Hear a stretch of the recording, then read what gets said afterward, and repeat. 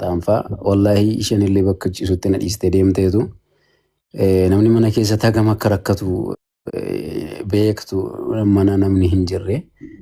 So cinqii kana sadantu ulfaata akkuma guyyaa oolaa bulullee akkuma guyyaadhaan turaa deemuu mulmi koo baay'ee natti jabaataa deema yeroodhaan sarjarii ta'uu qaba waan naan jedhanii fi viidiyoo baay'ee agarsiisuu hin danda'a namni hundumtuu waan suura irratti illee argaa jiru waan ta'eef.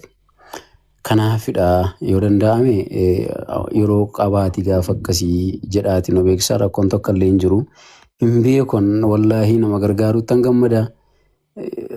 Amma akkanatti dhaga'ama anatu beeka gaafan akkasittiin haasa'u.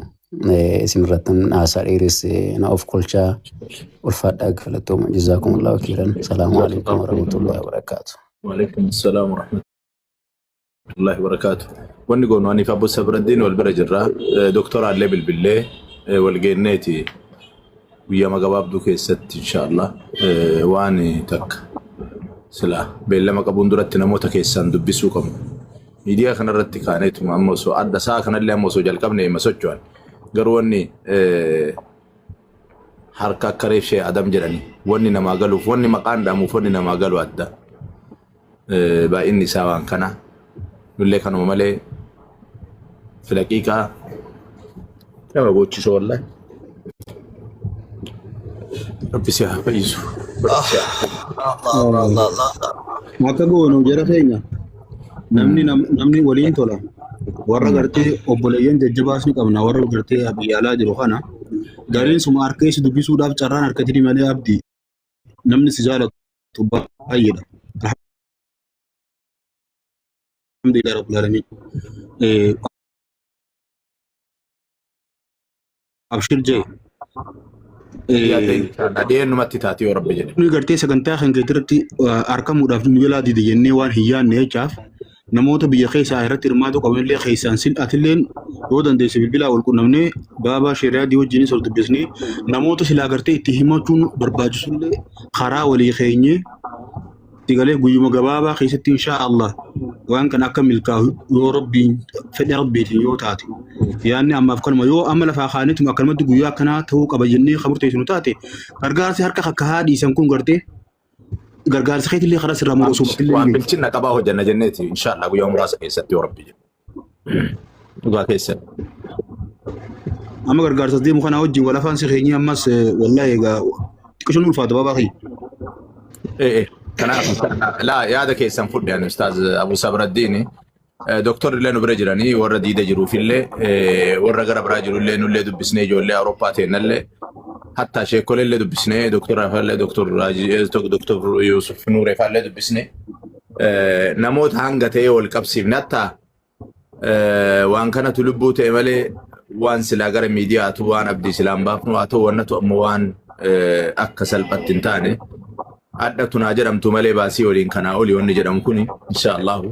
Kanaaf doktorri akirarra waan jedha yoo qabaate isaanii kennina dubbii tantee sirraa fudhanne akkuma tiyyatetti inshaallah jazaakallahu khairan.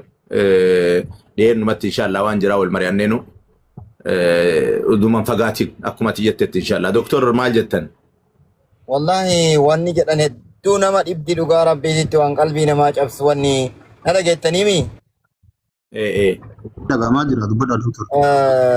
Yaanni haqiiqatan akka eenyu tureefuu Sheekh Adamtu waa jedhan na fakkaate haga warri namoonni ijoolleen alartu miskiinnan agartee bakka adda addaa jirtu tattaaffii goote kana warri biyyaa namoonni biyya keessa jiran gargaarsi isaan godhanii waan tokko tokko namoota qabaataallee nima jira rabbi warri waa harka bira kaa'ee jedhe maal akka godhan sunillee agartee waan nun beeyne ta'uu mala aga ammaatitti wanni beeynu waan hin jirreef wanti kun humna nama hedduu barbaachisaa akka amma jedhame kanattiin rabbi nu gargaaree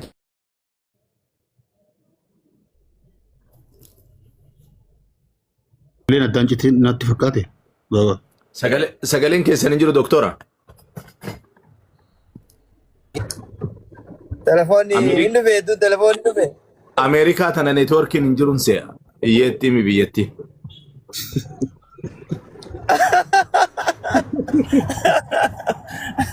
Ofii gara biraa laalta yoo akkas jettan san asin laalle.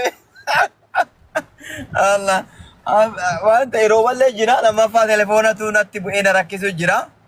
Beektaa telefoonni kee rakkoo yoo niitwoorkii wannoo irraa baase malee wayita anna jedhu.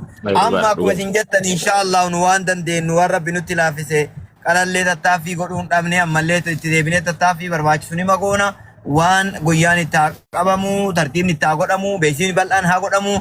Atileetii ulamaa'ii waan humnaallee dadhabuu yaadaa fi humna isaaniitiin as keessatti hirmaatanii akka isaan sagantaa kana nu gargaaran irratti hojjetamee wanni wayii jibbaan wayii deemuu qaba jecha atileetii agartee waan wayii deemanii hagana nu hanqate hagana dadhabne illee yoo jedhan akkasitti deemuun namarra jira. Wanni inni keessa hedduu waan nama rifachiisu wanni inni dubbatu waan qalbii namaa cabsu ummanni muslimaa dhaga'uu qaba. Ummanni muslimaa ammoo har'a waan xiqqoo leewli darbee waan kana godhuu kama danda'u ummatuma kana waan kana hin geenye nama kana gurmuuna kana hin geenye waan xiqqoo godha waan guddoollee godhaa jira. San itti deebina inshaallah lafatti hin balleessinu guyyaa itti qabamee sirni itti godhamee bal'ifamee labsamee waan dandeenyu argartee sa'a ta'e irratti fudhannee biiznillahi ta'ala akka rabbi nu gargaarutti abdii qabna. Rabbi afiyaa sii haa kennu gurra kee illee rabbi sii haa deebisu. Ammallee agartee qaama kee kulli kas jallaa irratti sababa rabbi sii katabee bakka ofii si kaayetti rabbi sii haa deebisu. Uumaa kalee sii kenne rabbi sii haa deebisu. Rabbi nama atuuyyuu jetteerta kanamaa kennu rabbi kanamarraa fudhatu rabbi nama agartee warra salafaa keessatti warra agartee namoota asiin dura dabran keessa warra luyti irraa cittee rabbi luka lama naa kennee takkanarraa fudhatee takkan na hafe alhamdulillah warra jedhee jira. Warra rabbi ilma lama kenneefi takkarraa fudhatee ilma lama naa kenne takka na hambise alhamdulillah warra jedhee jira. Dubbiin ta'e dubbii jala sanii fakkaatti. Rabbiin inshaallahu obsa bareedaa rabbi sii haa kennu. Eegasii sababa guddaa rabbi sii haa katabu. Abshiir inshaallahu ni fayyitaa rabbiin si fayyisa jenna. Jazaakumullahu khairan naganuma jechuu barbaada. Sheekeen inshaallah yaaduu fi jira neetwoorkiin na dide inshaallah. Kanuma ammallee nullee wanni jennu amma sa'a kana wanni ammaa tana jirullee beektanillee adda guyyaan kana jechuun waa hedduun nu dhiballee tokko waan bilchinna qabaa dalaguudha. Asumaan ammoo sagalee kiyya waraabamee gadhiisafamuun isaa kanaaf wanni asirraa kun dhaamsi an dabarsu yoo jiraate abbootiin qabeenyaa